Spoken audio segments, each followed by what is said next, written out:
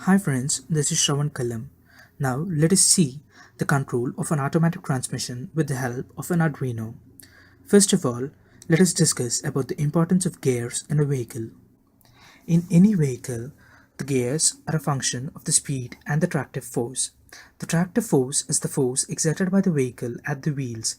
This is a common factor of the engine throttle and the wheels and the torque.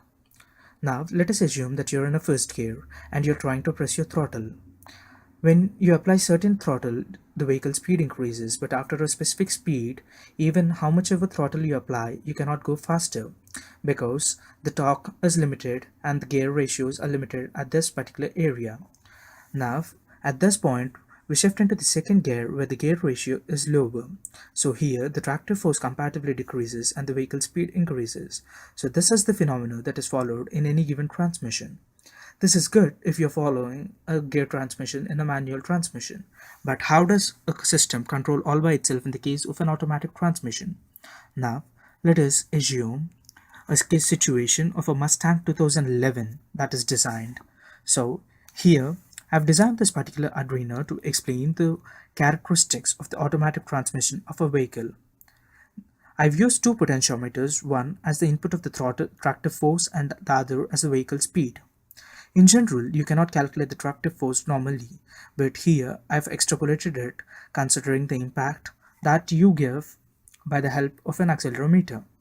I've limited the vehicle speed between 0 and 100 km per hour and the tractive force between 1000 to 6000 lbs of force. Now let us see how this reacts at various situations.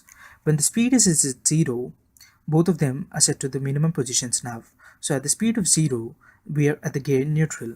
Now slowly, when I start increasing the speed of my vehicle, so I shift into the first gear, and here the gear ratio is 4.17. And even further, when I increase my gear speed, the gear ratio increases. But imagine that you're in a gradient line, and imagine that you're at a speed at about 20 miles per hour. Here, even though you apply your throttle, you won't go any further because you're trying to apply your throttle to maintain the same speed. So the gear actually goes down. This is how you try to balance when you're climbing on a gradient. And let us observe different scenarios when further you go. How does the vehicle react? Let us increase the speed a bit. So now you're in the third gear and then in the fourth gear.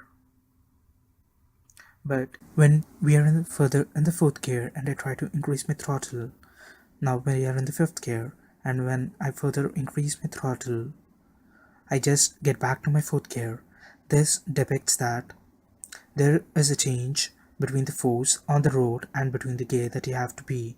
And when I further max out my speed, when I try to get into the maximum speed, I finally get down to the sixth gear, which depicts that I'm at the highest maximum level, and here the gear ratio is just 0.69, which is very less compared to the first gear. And when I try to get back to the previous gears, and when I slowly decrease my speed, I can see the result.